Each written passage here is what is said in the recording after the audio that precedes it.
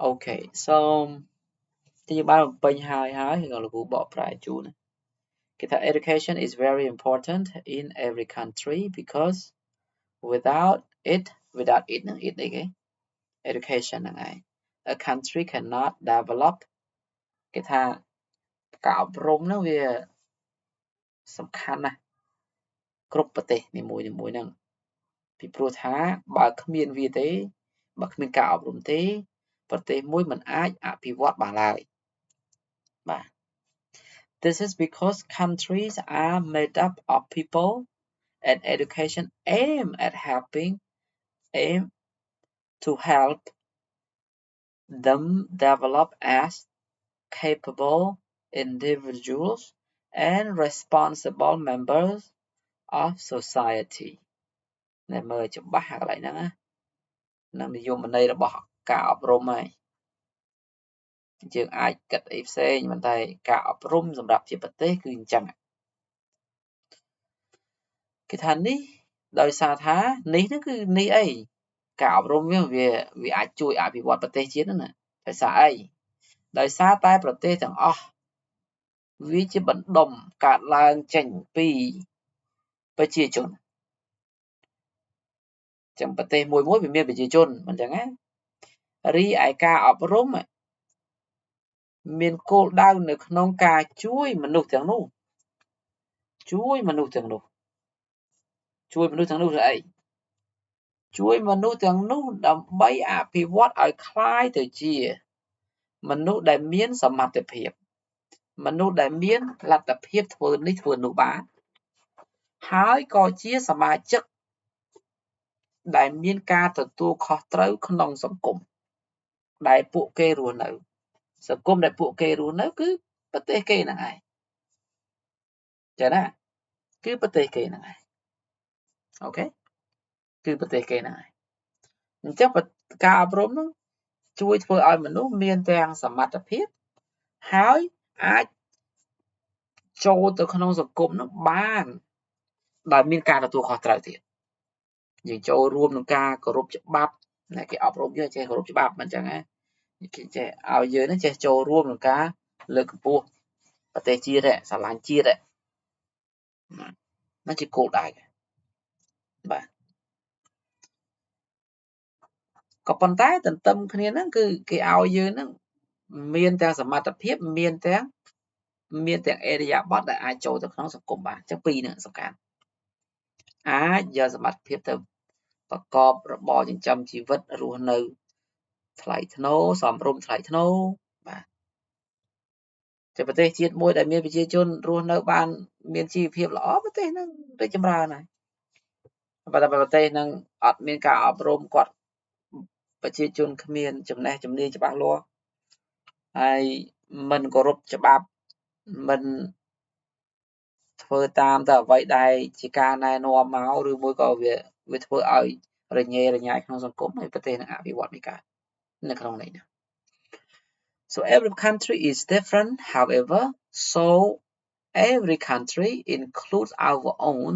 has the task of working out an educational system that is suitable for its own purposes okay គេថារាល់បណ្ដាប្រទេសទាំងអស់នោះវាខុសគ្នាប៉ុន្តែបើគួរបកប្រែគេធ្វើបកប្រែប៉ុន្តែ however នេះមុន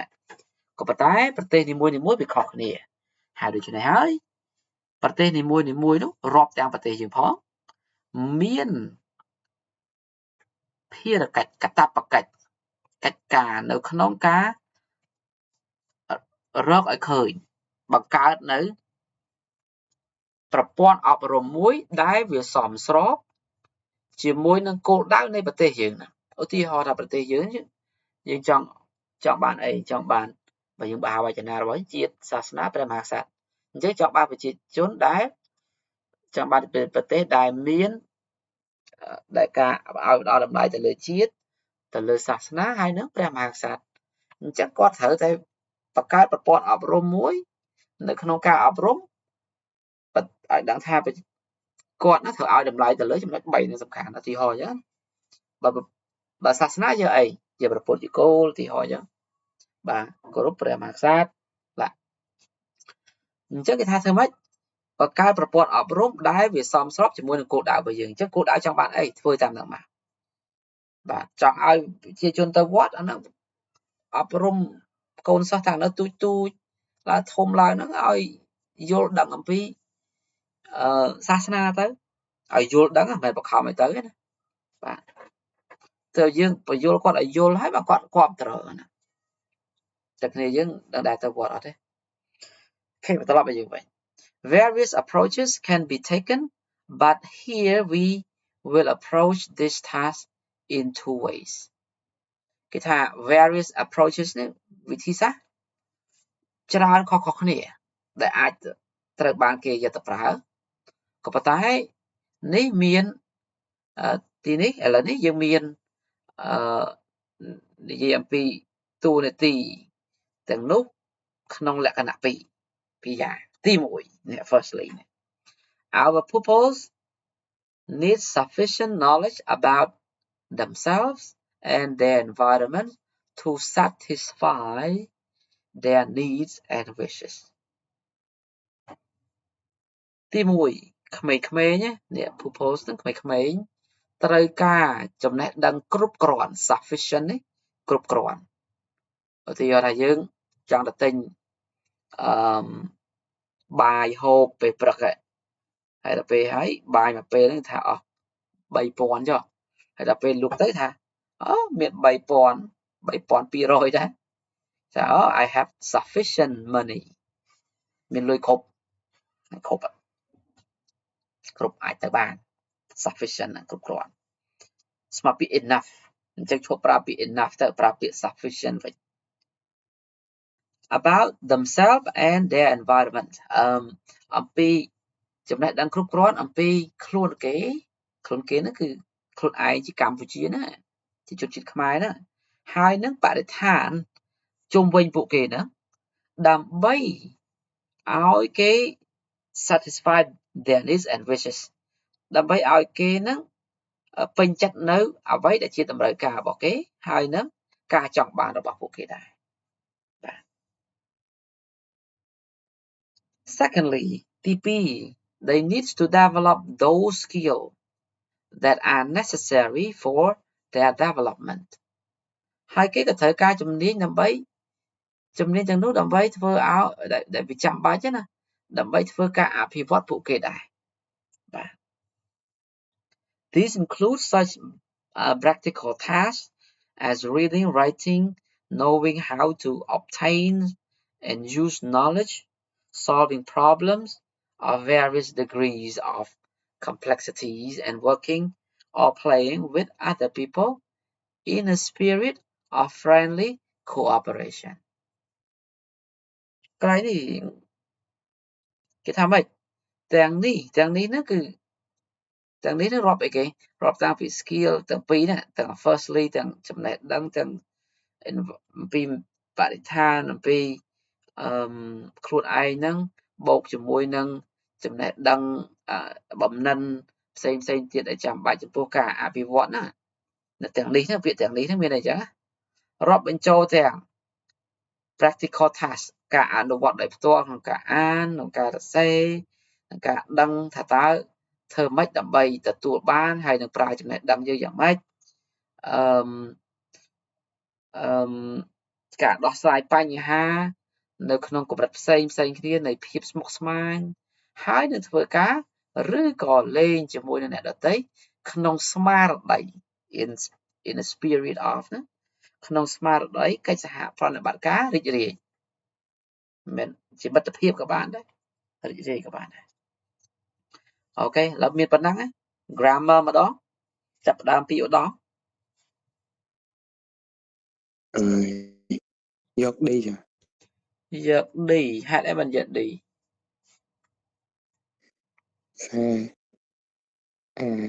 add D ហ្នឹងបង្ហាញពីposition ហើយ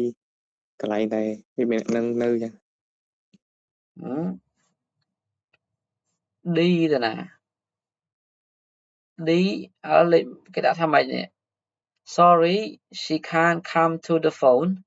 she a bath អញ្ចឹងហ៎ D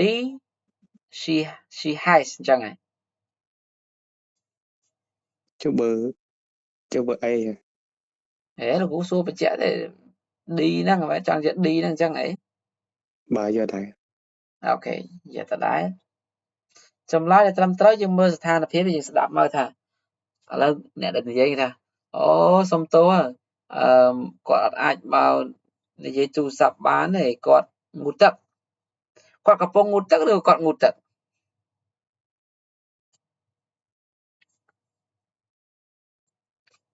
ចម្លើយគឺគាត់កំពុងងូតទឹក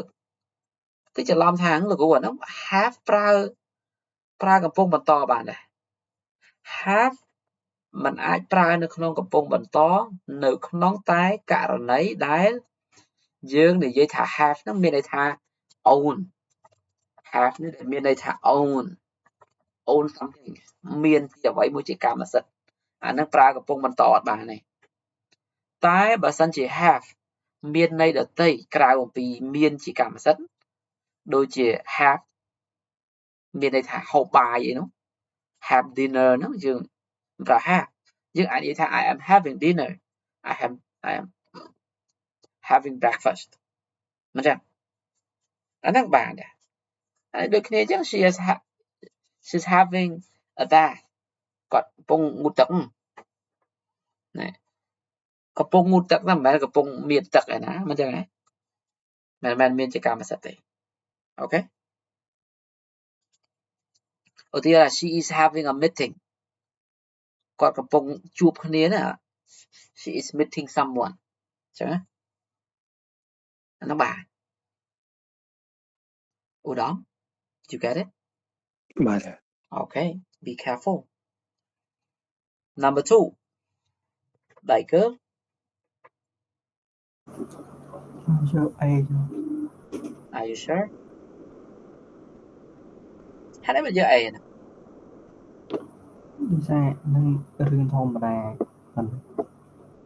Okay very good អានេះវាសឹងស្មើ zero conditional ដែលវាអាមួយកាត់ឡើងអាមួយកាត់ឡើងអញ្ចឹងពេលដែលអញ្ចឹងគឺវាអញ្ចេះតែងតែអញ្ចឹងតែមកអាហ្នឹង present simple on both side very good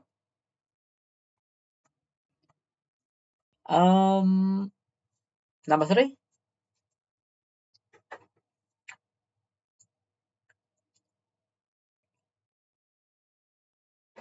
number 3 Mr. T Sovithian Definitely A definitely A បាទជប់ចាម្ដងទៀតជប់ចា Okay probably A B ច្រឡំ B A B or C or D B B B B B ខ្ញុំឆ្លើយខុស what time leaves the train អត់ទេចា D so D so D Okay good ចម្លើយត្រឹមត្រូវគឺពិតជា D មែនចាំមិនគិតថាលំបាកដល់ម្លឹងទេណាលោកគ្រូធ្លាប់អានេះមិនដឹងពិបាកឧទាហរណ៍ថាអានេះគេឧទាហរណ៍ទេណា Mr. A love Miss B ឧទាហរណ៍ណាបើគេចង់សួរថាតើ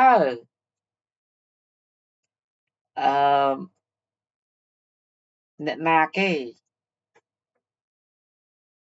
ស្រឡាញ់ដែល B ស្រឡាញ់ដែល A ស្រឡាញ់គេសួរថាម៉េចបើគេសួររក Miss B បាទអានេះគេសួរថាចេះ Who does Mr. A love អានេះក្នុងករណីគេសួររកថាចង់ដឹងថាតើអ្នកណាគេទៅចម្លើយចេញមកអញ្ចឹងអានេះគេសួរ Who does Mr. A love ក៏ប៉ុន្តែបើគេចង់សួរថាតើ Mr. A នឹងស្រឡាញ់ណាគេសុំទោសអានេះខាងលើហ្នឹងមិនណាតើលោក A ស្រឡាញ់ណាគេចាំបើសួរគេសួរថាតើនរណាគេស្រឡាញ់កញ្ញា B នេះនឹងគេសួរថាម៉េចឲ្យវិធានឆ្លើយមើលមើល អ្នកស្រឡាញ់កញ្ញា B គឺកញ្ញា A សួរជាសំណួរ អូសួរជាសំណួរwho love B who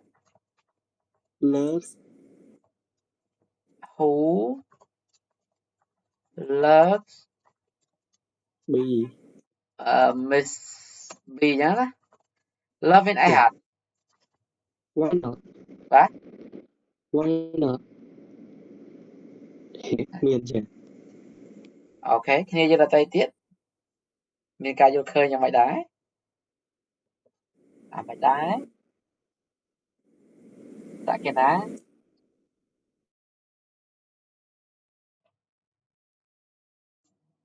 អាមួយក្រោមនោះបាទនេះអាមួយនេះ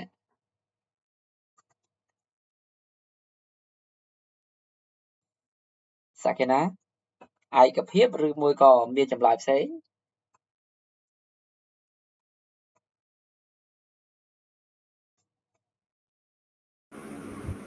គិតចឹងដែរចា៎ គិតចឹងដែរអាយ៉ាមកដល់ឧត្តមគិតចឹងដែរអត់ទេ ចាំមើលចានិយាយមក ចំសម្រាប់ចិត្តតិចមើលបងអូនធ្វើជាមនុស្សប្រុសដាក់ឲ្យផឹងណា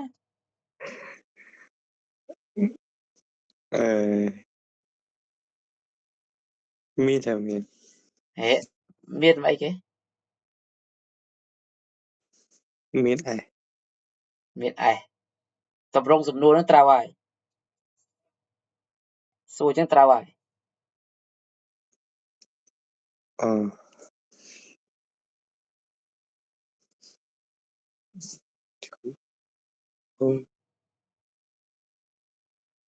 អត់ដឹងទេចាដែរ អូខេដៃកើសោះខាឆាអត់ដឹងដែរមើលទៅ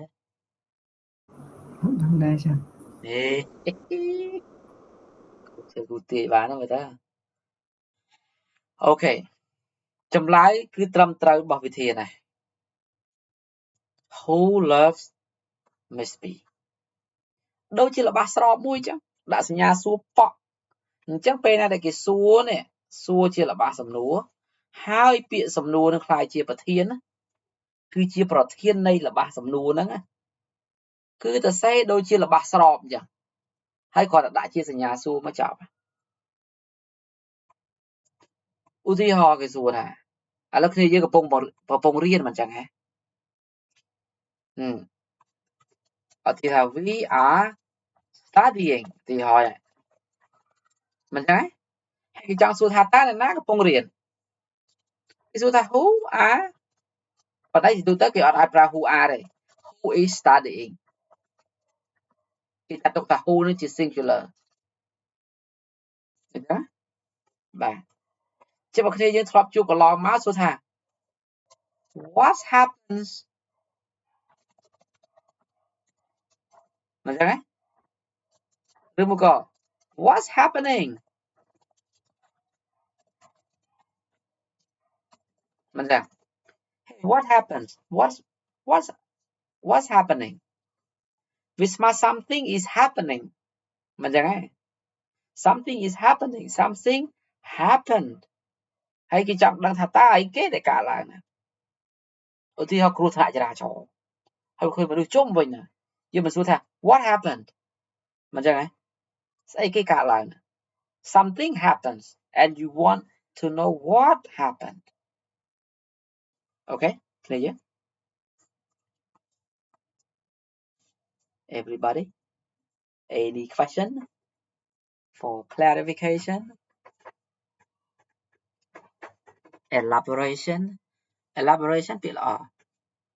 បញ្យលបន្ថែមបាទបន្ថែមពីនឹងទៀតមានសំណួរទេ số bay tay mình nè sao cái nè ok anh đang bịa sầm núa chia bảo thiên nơi nóng là ba sầm núa nú so sẽ đấu chia là ba sọp dương mùi thòm mà đá khỏi là đã sẽ nhà xua mỗi bàn ở tia ra he went to the hotel hay cái he went to the hotel hay cái cho số than là na cái tàu hotel who went to the hotel đã sẽ nhà xua bên bắc chưa á tia ra he rồi vật lá thiên went to Phnom Penh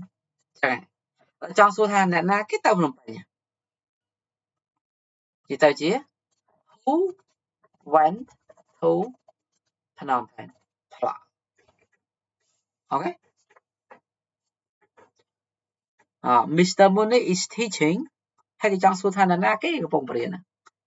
who is teaching question mark bỏ là ba sầm nua đâu là Mr. Mooney tao chỉ who mà chọn ok bọn tò mà tiết lấy pram ban từ lỡ bài cái chốn lấy pram hay lấy bốn sạc cái này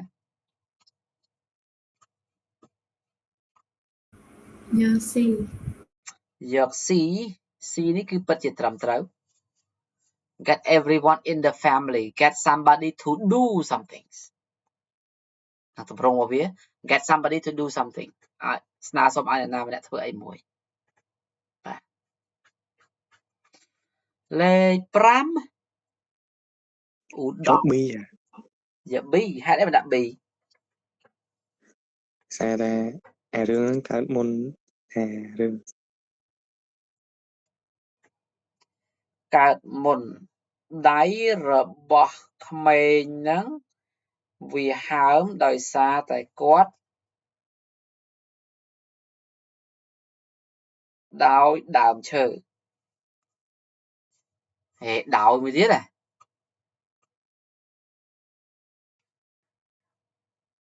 បើយើងដាក់ B គាត់ហ្នឹងកាន់គៀបអានេះយើងមើលថាតើវា passive ឬមួយក៏ active ធម្មតា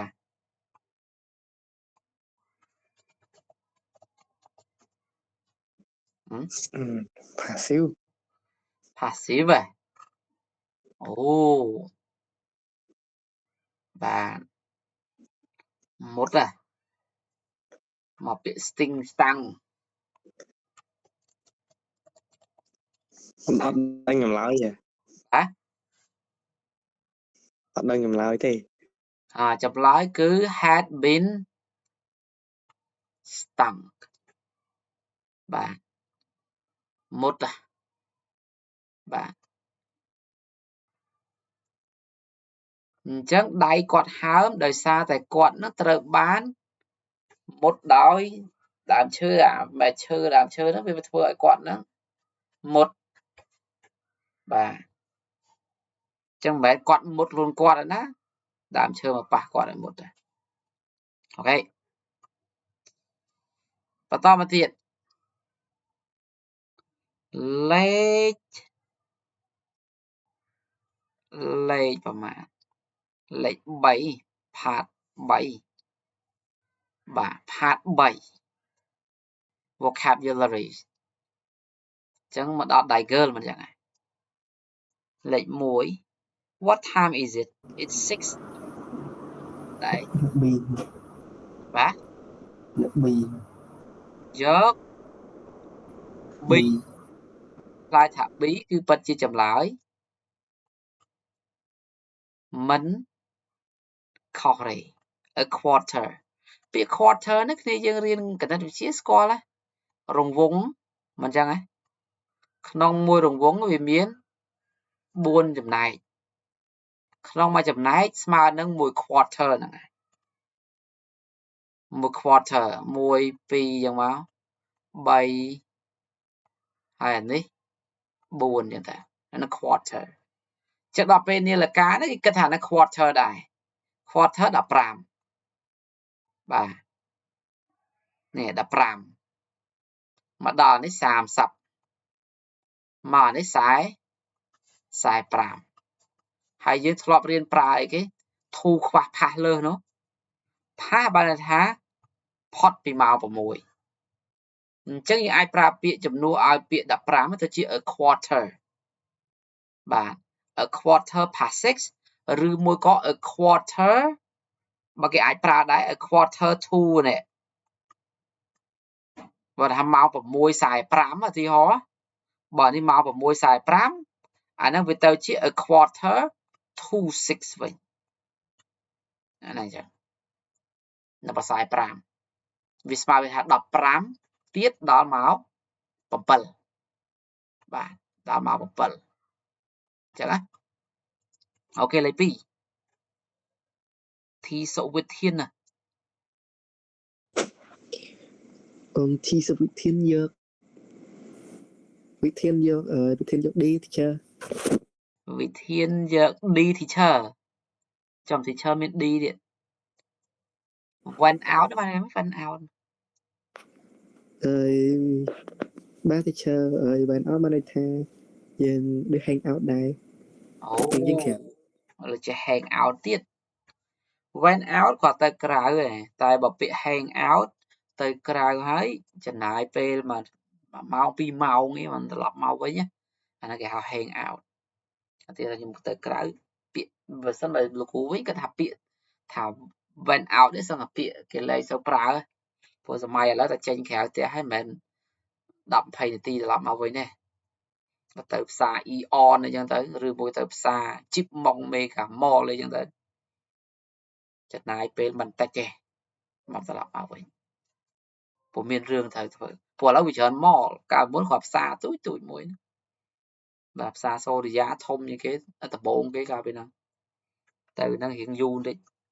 តែដល់ពេលឥឡូវក្រោយមកនេះបើទៅ Eon វិញពេលខ្លះនៅវែងឡើយទេមិនចឹងធំបាទ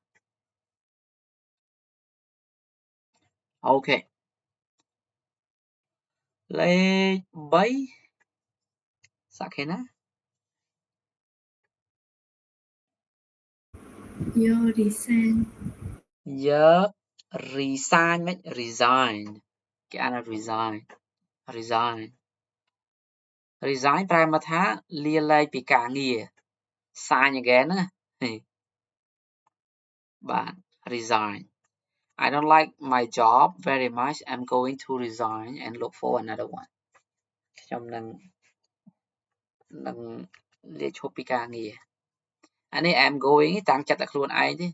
មិនតាន់រៀបជាផែនការទេតែតាំងចិត្តហើយ retire នេះប្រែមកថាចូលនិវត្តន៍ finish fire នេះគេដេញចោលអាហ្នឹងបានត្រូវ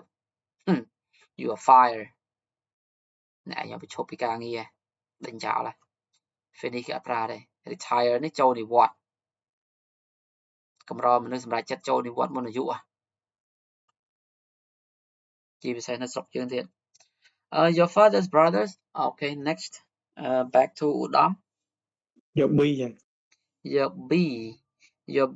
your father brothers អូពាក្យនេះវាដូចសាមញ្ញដែរទេប៉ុន្តែអានថាម៉េច B ណាព្រោះសម្បូរអ្នកអានខុសណាបាទ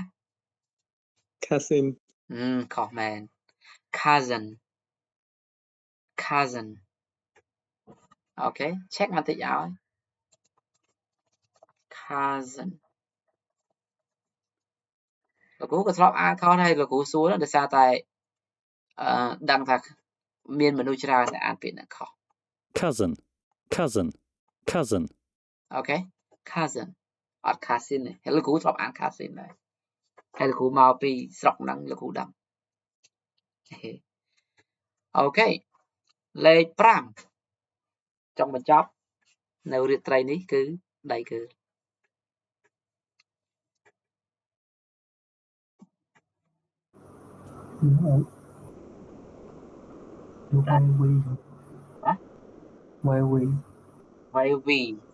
វាយជាគុណនាមប្រែមកទឹករលកដូចទឹករលក Her hair isn't completely straight it's slightly wavy ត្រឹមត្រូវ wave នោះគឺជាគេអាស័ព្ទឯង bend នេះកោង curl នេះកោងដែរជារង្វង់កងអញ្ចឹងណា bend នេះពុតដល់គេ curl នេះ curly hair យើងធ្លាប់ឮសូរ curly hair អូខេឥឡូវយើងបញ្ចប់ត្រឹមតែប៉ុណ្ណេះតែមិនដឹងគ្នាយើងរវល់ផុតម៉ោងហ្នឹងទៅធ្វើអីទៀតអត់chứគ្រូចេះជ្រុលម៉ោងគួរមានពាក់ព័ន្ធជាមួយម៉ោងក្រោយហ្នឹងទេ ពាក់ព័ន្ធគ្រូម៉ោងសិល្បៈគូរគំនូរ អូខេទទួលបានទេ